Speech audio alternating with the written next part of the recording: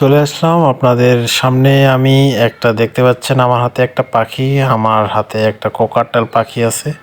তো নতুন আমার অতিথি এ হচ্ছে আমার শখের অনুভূতি, আমার শখ যেটা ছিল, আমার ইচ্ছা যেটা ছিল সেটা আজকে আমার পূরণ হইলো। আজকে আমি একটা শখের পাখি নিয়ে এসেছি কোকাটেল। সেটা দেখতে অনেক সুন্দর, অনেক কিউট। এখনও তার নাম রাখি নাই, নাম অবশ্যই রাখবো, আপনারা শুনতে পারবেন। আসলে ককাটেল পাখিটা দেখতে অনেক সুন্দর, আমার অনেক সুন্দর লাগে। এই পাখিটা আমার অনেক দিনের ইচ্ছা ছিল যে আমি কিনবো, তাকে পোষ মানাবো, তাকে কথা বলা শেখাবো, তাকে আমি সঙ্গে নিয়ে বেড়াবো। আমার সময়ের জন্য, সব সময়ের জন্য সঙ্গী হয়ে থাকবে।